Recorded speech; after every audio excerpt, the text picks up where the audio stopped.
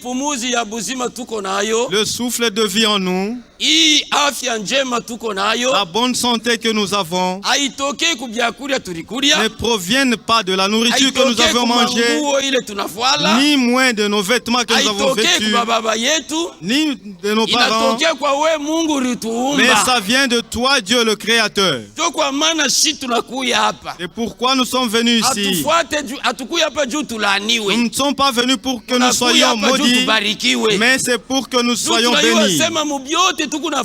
Car nous savons que dans tout ce que nous pouvons faire, il n'y a pas de bénédiction. La bénédiction ne se trouve que dans ta parole. C'est pourquoi Et pourquoi tu connais nos besoins charnels et spirituels. Et que nous te demandons que tu puisses les accomplir.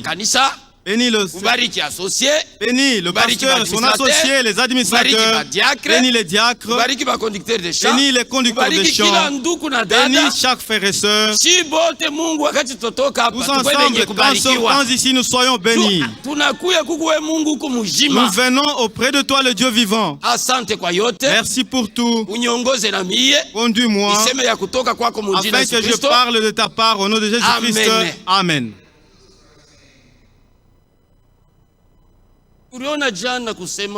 Hier, nous avons vu que nous prêchions la bonne nouvelle. C'est ce que Jésus avait dit.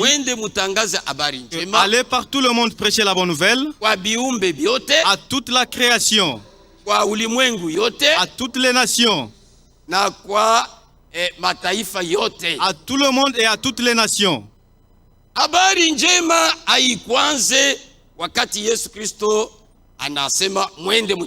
La bonne nouvelle n'a pas commencé au moment où Jésus l'a dit d'aller le proclamer, la proclamer.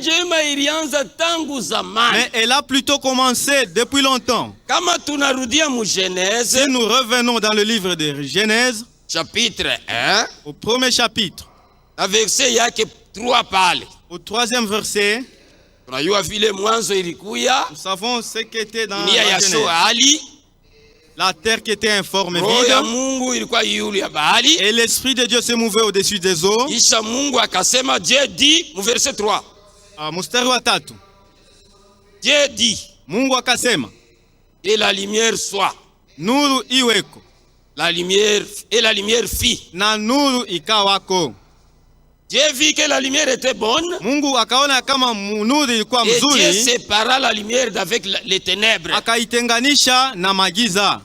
Ile Mungu alisema, c'est que Dieu avait dit nuru ikuye, que la lumière soit, kisha nuru ilikuya, et la lumière fut. Huku kote nuru haikukuyake iko. Depuis longtemps il n'y avait pas de lumière. Juu habari njema, parce que la bonne nouvelle, ni kitu unapata kile kinakupatia furaha. C'est quelque chose que vous recevez qui vous procure la joie. Imaginez-vous, lorsque la lumière fut, quelle joie qu'avait la lumière. Parce que depuis longtemps, il n'y avait pas de lumière.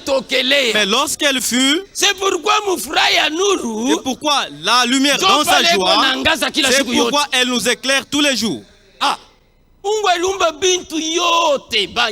Dieu a créé toutes choses, les animaux, les oiseaux. Tout ce qu'il avait créé, il avait dit que c'était parfait. Dieu n'avait pas créé quelque chose qui avait un défaut. Tout était parfait.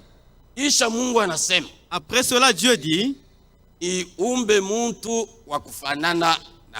je puisse créer l'homme à mon image,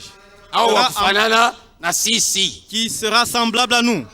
Celui qui aura la pensée comme nous, qui aura la manière de parler comme nous, qui verra comme nous,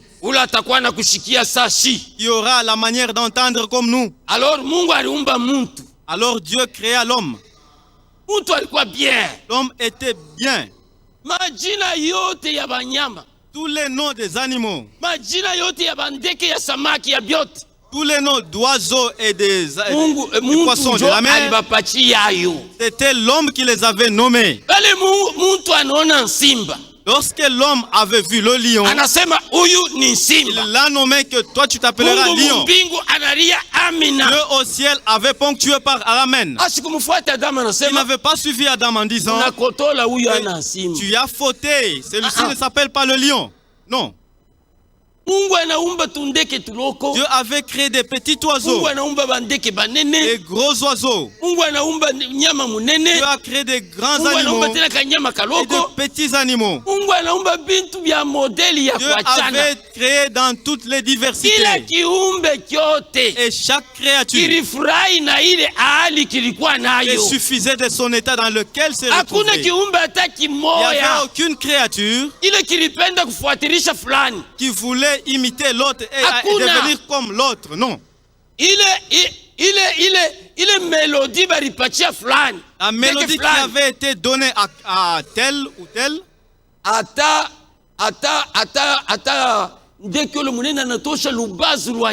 Même le gros oiseau là qui pouvait une grosse voix, et le petit oiseau aussi la petite voix.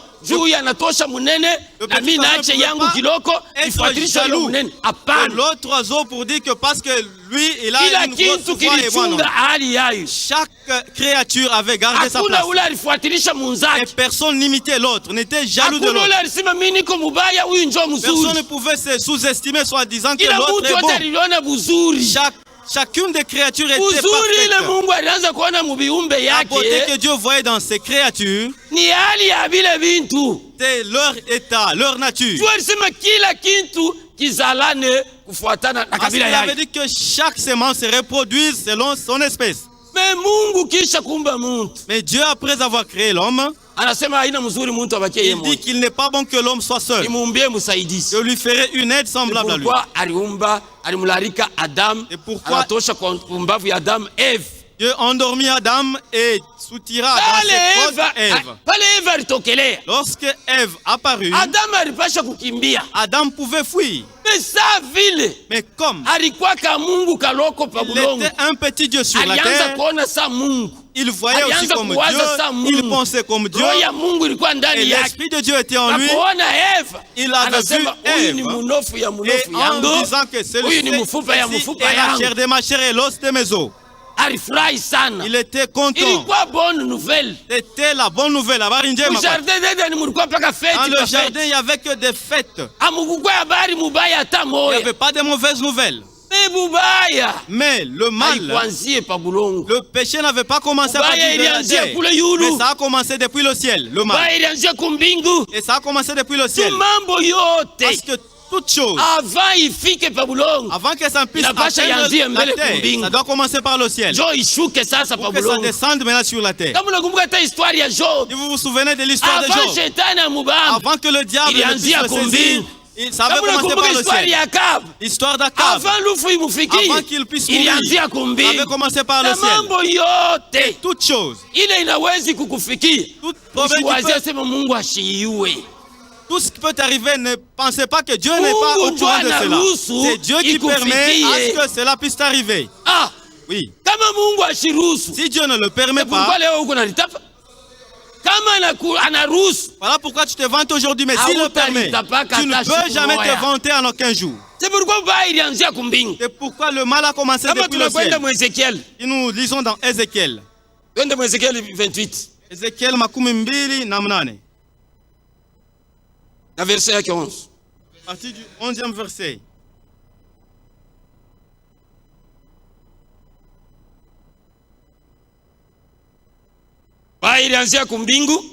Le mal ou le péché a commencé à partir. La parole de l'Éternel me fit adresser à ces mots. Ézéchiel 28, verset 11. Fils de l'homme, prononce une complainte sur le roi de Tyr. Il lui dira, ainsi parle le Seigneur l'Éternel. Tu mettais les soins à la perfection. Tu étais plein de sagesse et parfait en beauté. Tu étais en Éden, le jardin de Dieu. Tu étais couvert de toute espèce de pierres précieuses,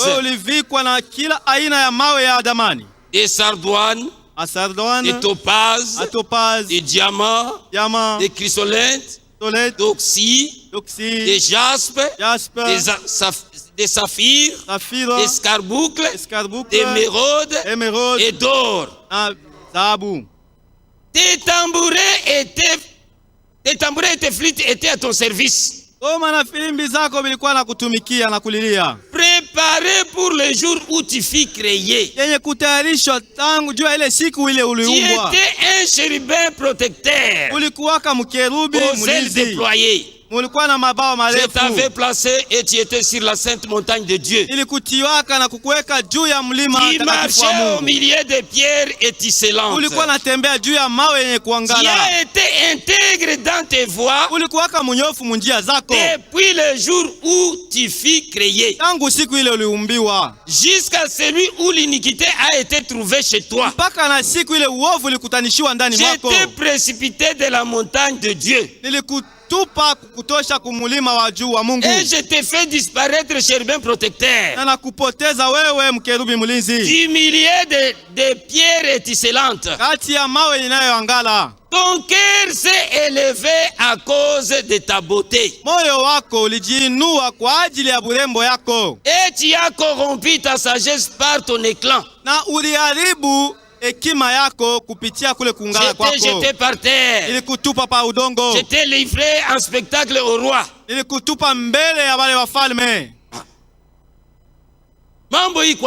Le problème qui est ici, anasema, il dit, verset 16, par la grandeur de ton commerce, tu as été rempli de violence et tu as péché. Puisque parce que Dieu lui avait accordé tous les nécessaires. Le Satan que nous appelons aujourd'hui, il n'était pas auparavant Satan. Il s'appelait Lucifer. Il était un ange. Dieu lui avait donné tous les nécessaires. Toutes les richesses. Il avait tout donné, tous les guitares, tous les tambourins. Tout ce qu'il fallait, Dieu lui avait donné. Il ne manquait de rien. Et alors encore il avait la beauté. Il était plus beau que celui qu'on dessine aujourd'hui. Le diable avec des cornes, il y a des dents, dehors qui a des longs ongles, un diable qui est noir, en disant que c'est lui le diable. C'est le mensonge du diable. Le diable est beau de plus que nous tous. Il a la beauté. À cause de ses richesses, à cause de sa beauté, cela, il avait enflé d'orgueil. Il avait enflé d'orgueil à cause de cela. De se voir qu'il était quelqu'un.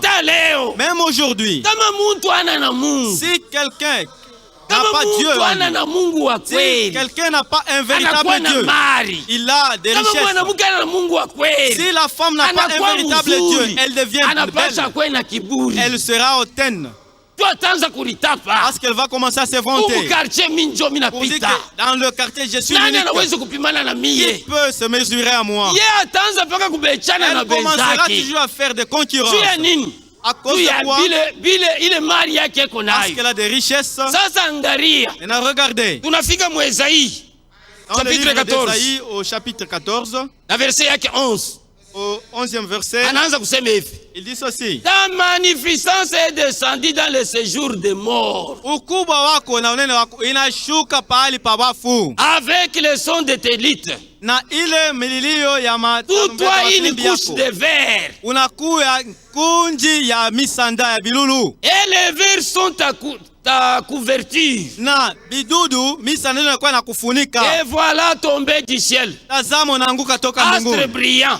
Fils de l'aurore, tu es abattu à terre. Toi le vainqueur des nations. Tu disais à ton cœur, je monterai au ciel. Voilà le problème. Tu peux être ici, mais nous te voyons physiquement ici, pendant que dans ton esprit tu es dehors. Nous pouvons te voir ici, physiquement. Alors que tu suis la parole, alors que dans ton cœur tu penses à autre chose. Tu peux être ici, dans ton cœur. Commence à méditer. Tu médites sur le vol. Tu dis qu'en sortant, si je prendrais ça. Le problème commence avec deux personnes. Le problème commence dans le cœur de la personne individuellement. Et puis il attribue à une autre personne. C'est une seule personne qui commence. Étant assis, il dira tout ce que Dieu lui avait donné. Au lieu d'être satisfait de ce que Dieu lui avait donné, il dit comme je tout, alors je deviendrai quelqu'un. Je monterai au ciel. Au ciel, qu'est-ce que tu iras faire au ciel? Or, Dieu t'a déjà tout donné. Tu peux te mettre, t'asseoir, et tu dis, je deviendrai aussi un prédicateur, je deviendrai diacre, je deviendrai pasteur. Le problème que nous avons ici, ce n'est pas l'affaire de devenir diacre, administrateur, ni moins pasteur, mais l'affaire qui nous concerne, c'est de devenir les enfants de Dieu. C'est ça notre affaire. Au ciel, personne ne sera là prédicateur. Tu prêcheras qui? Nous tous. En ce moment, nous atteindrons la perfection. Tu prêcheras qui? Tu vas nous prêcher d'abandonner quoi? Tu vas nous prêcher de faire quoi? Là au ciel, nous irons à la rencontre du prédicateur des prédicateurs, Jésus-Christ.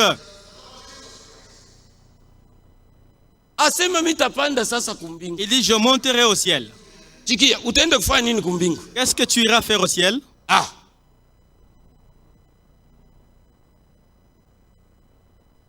J'élèverai mon trône au-dessus des étoiles de Dieu.